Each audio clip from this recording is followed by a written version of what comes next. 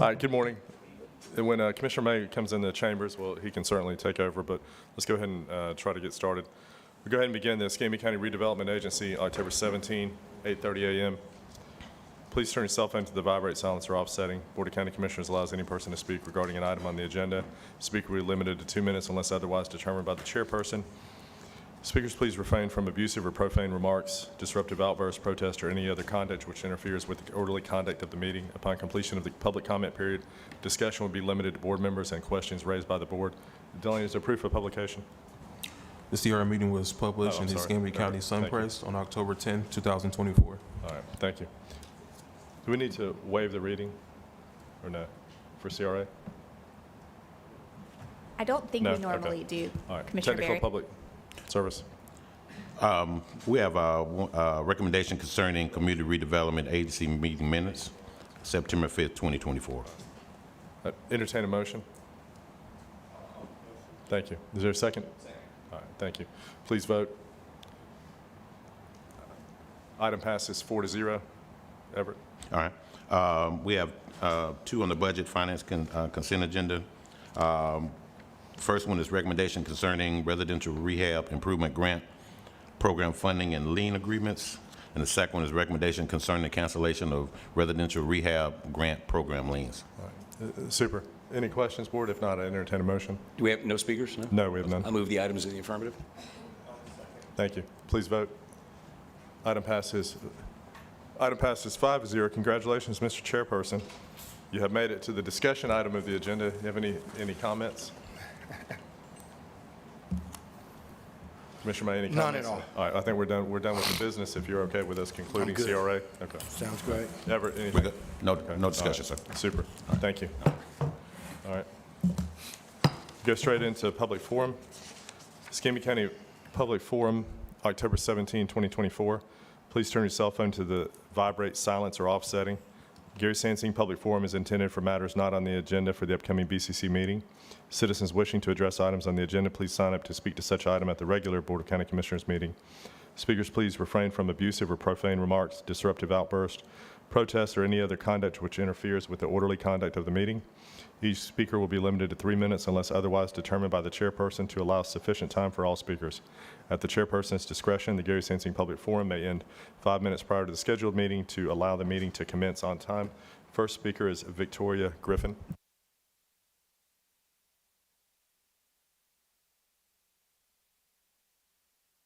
I apologize. Victoria Griffin? I'm sorry. I thought I saw you in the audience.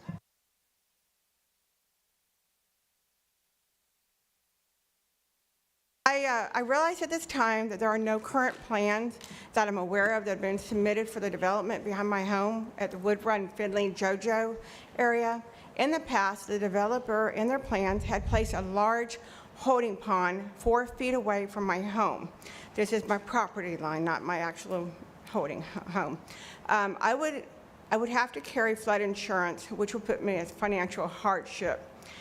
With the current flooding from the hurricanes in North Carolina and in Florida, I feel that if we had that design, that this would endanger my home. I would like to know if each of you all would approve such a design in the future. Anybody?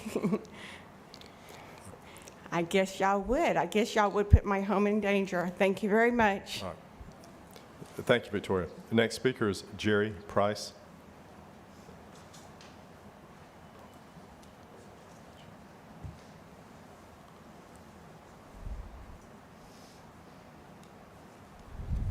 Good morning. Good morning.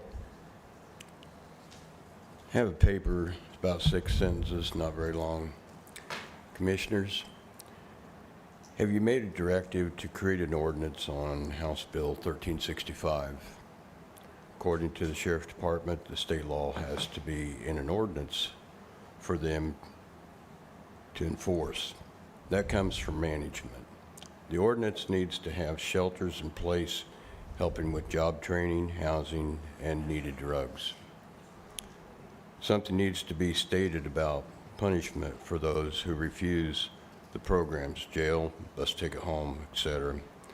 The 3 years I have talked to you about the homeless should have been directed to vagrants.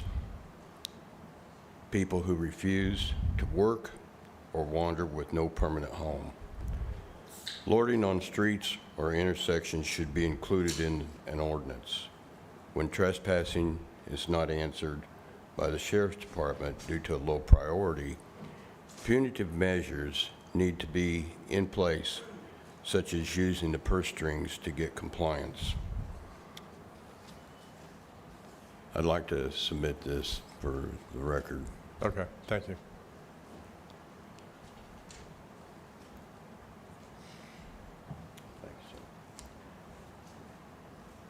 Gentlemen, I appreciate everything that you've done, ladies. You're new to this. Mr. Gosh, appreciate all the time you've been here. You've answered one phone call that I've called, and I appreciate that. I got kind of left out of the mix. I know you guys are busy, and I don't feel that what I have to say is unimportant, but I always try to be respectful, and I've not seen that applied here at times. And Mr. Berry, I've seen that. Thank you. Appreciate everything you guys do. Thank you. Next speaker is John Moore.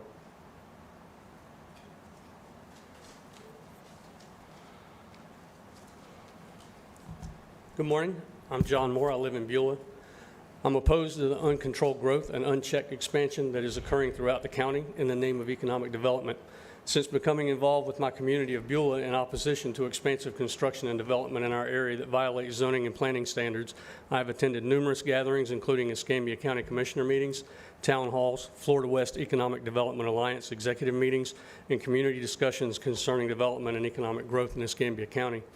I've witnessed executives of various organizations approach this podium to explain the incredible potential of Escambia County and the many opportunities for economic development that are available, with the prospect of attracting high-paying jobs, tourism, and capital that will make us an attractive destination for people, job creation, and even more growth. The defining theme seems to be the economic development and injection of capital into the area. The boards, alliances, and groups driving this progress are often financed in part by our tax dollars. The citizens funding these organizations are the very people who will be hardest impacted by the decisions made by this board. That impact is not always an improvement in quality of life. I read mission statements and About Us pages from various organizations involved in this effort: Florida West Economic Development Alliance, First Place Partners, etc. I'd read them out loud. Time doesn't permit. There's one missing element in the statements for these organizations: quality of life for the individual. There is zero concern for the communities and citizens who will be impacted by the uncontrolled, unchecked industrialization and urbanization of our communities, because these entities are not mandated to care about the human aspect of this intrusion on their lives. The citizens have one and only one advocate: you. We elect you to be our representative. Are you looking out for the people who elected you, or the government and the corporations who now fund and advance your careers? We have little recourse to protect ourselves and our way of life after you, the politician, have assumed office. Would you please take this into consideration the next time a group of people show up wearing coordinated colors at your town halls and your board meetings? When people agree with everything you're doing, they don't feel the need to get involved. Thank you. Thank you. Next speaker is Eric Sharplin.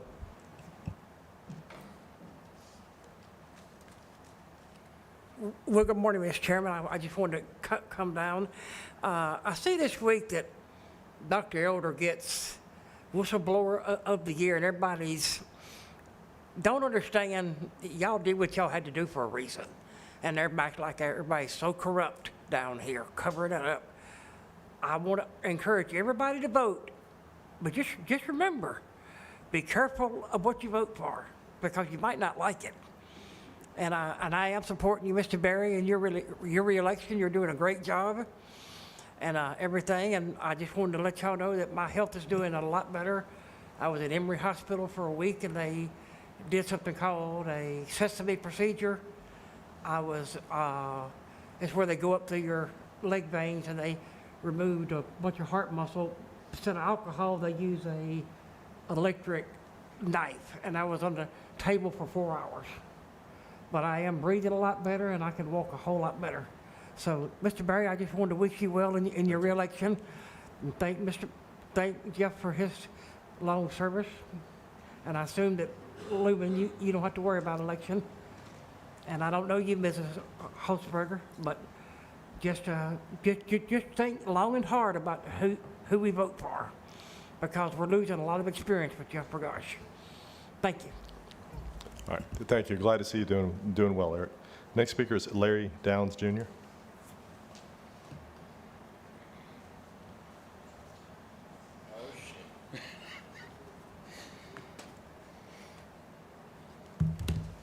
Hello, hello. All righty. Good to see you, Ashley. Maybe we can, well, let me start off right here. Larry Downs Jr. Plumbing LLC, because fecal matters. All right. Man, I don't even know where to start. I guess I could start out with this poem I wrote on my way here. It's a poem, so this is kind of like expression, freedom of expression, and I'm hoping nobody violates my rights, my First Amendment right. Once upon a time, there was a county commissioner who told me that I couldn't say shit. All right, Larry, you're going to be escorted out. Larry, you can't curse. Larry. After I let it slip, he scolded me like a little kid. Wes. Then the next time, Wes. he told me, Larry, you're not going to curse at the podium. You don't have the right to curse. Larry. He told me Larry, your time's that I up. couldn't spell Your time is up. S-H-I-T. Your time is up, Larry. Oh, Barry, I think I have a First Amendment right here. You don't have the right to curse. Oh, that's not a cuss word. You already said it. Please. We've been through this. Next speaker is Keith Bowie. You can speak as long as you don't curse, Larry. Sure. I love talking to you. You said the word, Larry. I'm not arguing with you. You're not going to curse, and you're not going to spell. You're not going to spell words. It's not an argument. Please, Keith. Keith Bowe, long O, silent E. First, I'd like to express congratulations to Ashley on behalf of the flood defenders and Chris Kerb, who couldn't be here this morning. So we appreciate you. And I see they've made an exception and made you vice chair already, something I've been hoping for Commissioner Kohler for some time, like 2 years. But that's not what I'm here about. What I'm here about is the $90 million for the Sportsplex. Has that been run by the attorneys general for approval to make sure there's not a conflict like there was with the Chappie James Bridge? That's a good question. My guess is it hasn't. If it hasn't, it needs to be. So I'm asking the question now, has it gone to the attorney generals for approval? And do you plan on doing so? That's my question. Thank you. Thank you. Next speaker is Cecilia Campbell.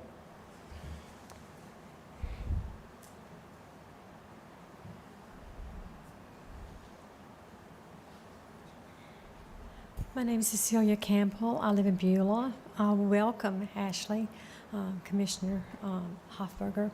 I live in Beulah, and my property borders the OLF8 field, and all of our green shirt people were very happy when we left the last meeting, because we feel like if one buyer purchases the property, they will be very careful to follow the DPZ design, and then we will not have a surprise warehouse distribution center blocking my view of the sun coming up every morning.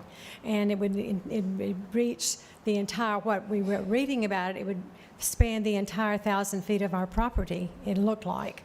And we're all of us have spoken about that, about our concerns for that. So we are very excited about the possibility of it being developed on the, along the design that was approved of by the DPZ. And I think that we're also glad that the other people who've made offers will have a chance to present a competitive bid for the entire property. We're excited about that. And so we're just hoping that going forward, we will not have any more surprises, at the meetings. So thank you, welcome, and thank you. Thank you. Next speaker is Zachary Campbell.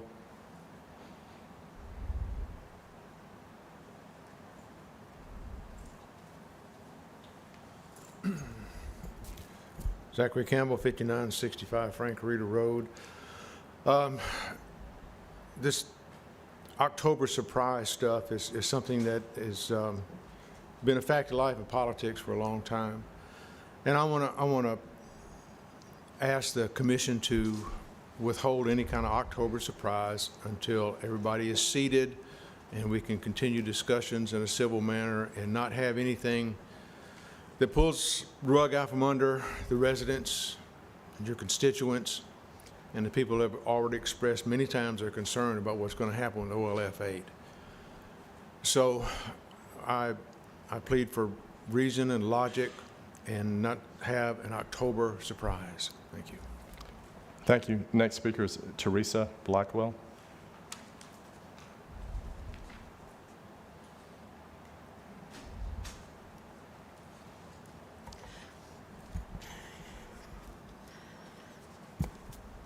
Good morning, Teresa Blackwell.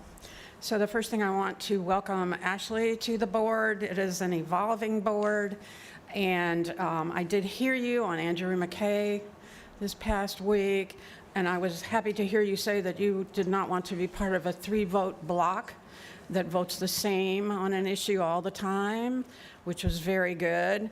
I would also add that I would hope you would not be unduly influenced from any other direction either.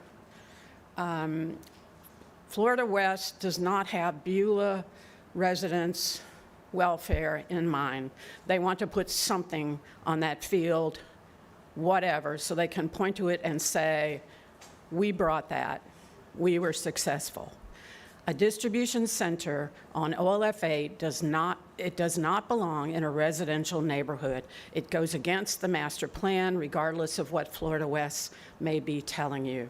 I talked with Marina Curry, who designed the master plan. She said the idea is laughable that it fits within the master plan. The county knows that. County staff knows that. That's why they were talking about putting the word distribution in front of the warehouse. So no to that, and hold off on voting on any offers. And I just want to clarify, we're not all doing cartwheels over the last offer. You know, we have yet to see what they will do. And, you know, I'm not one to, you know, jump into something without researching it and figuring it out. What I know of JWA is good, but they haven't done a town center. They've done all those components of it very well. But Fred Hammer's group does have someone, Metro, who has done town centers. So I don't know why we're jumping both feet into one offer last time. And so that is the majority of, how much time do we have this time? Just 2 or? You have 50 seconds left. Okay, so I did do a podcast. I went and talked with the neighbors to Amazon. One of those, he likes having jobs. But, you know, when I pressed him, he said, well, there are the dumpsters at 5 a.m. behind my house. Those aren't Amazon, but another company there on the industrial park. You have to choose between houses or industrial. What Florida West is talking about is not light industrial. That's heavy. All those cars and trucks going by, you know, that's pollution of various kinds. Noise pollution, air pollution, traffic, dangerous traffic. It just does not belong on that street. We can do better if we're selling the whole property to one group. They have already contacted Marina. Both groups have had someone contact her to say that they want to follow the master plan. They want her to help advise them on it. So I was very happy. I was doing cartwheels on that. But, so I hope you will be able to do what's best for Beulah. You represent us just by being one vote on this board. Each person represents us in that way. You've got to vote. And Beulah has fought long and hard to have something good on OLF 8. We deserve it after years. This has taken us from 2017. It was 2017 Teresa, that's your time. when I first stood up here All right. Thank and you. said no to a Thank you. Commerce Park. Thank you. All right, Board, that's all the speakers. We'll reconvene for the board meeting right at 9 o'clock. Actually, there's going to be a special board meeting with a swearing-in ceremony, and then move right into business.